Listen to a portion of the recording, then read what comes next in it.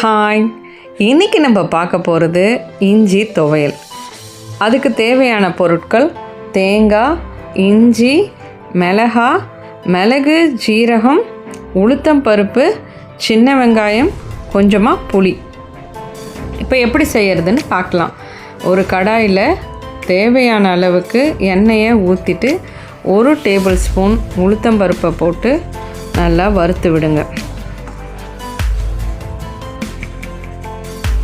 அதுக்கப்புறமா 1 டீஸ்பூன் மிளகு, 1 டீஸ்பூன் சீரகம் போட்டுட்டு அதையும் நல்லா வறுத்து விடுங்க.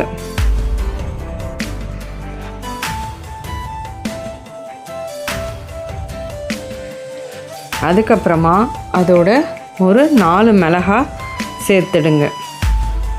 சேர்த்துட்டு அதையும் நல்லா கலந்து விட்டுருங்க. அதுக்கப்புறமா நம்ம நறுக்கி வச்சுருக்க இஞ்சி துண்டுகளை அதோடு சேர்த்துருங்க. சேர்த்துட்டு அதையும் நல்லா வதக்குங்க. இஞ்சியெல்லாம் கொஞ்சம் நல்லா வதங்கணும். கொஞ்சம் சிம்மில் வச்சு டைம் எடுத்து கொஞ்சம் நல்லா வதக்குங்க. நல்லா வதங்கினதுக்கப்புறமா 1 டேபிள் ஸ்பூன் தேங்காய் துருவல் போட்டுருங்க. போட்டுட்டு அதையும் நல்லா கலந்து விட்டுருங்க. தேவையான அளவுக்கு உப்பை போட்டுடுங்க. அரைக்கும்போது ஒரு துண்டு புளியையும் போட்டு அதோட அரைச்சிருங்க.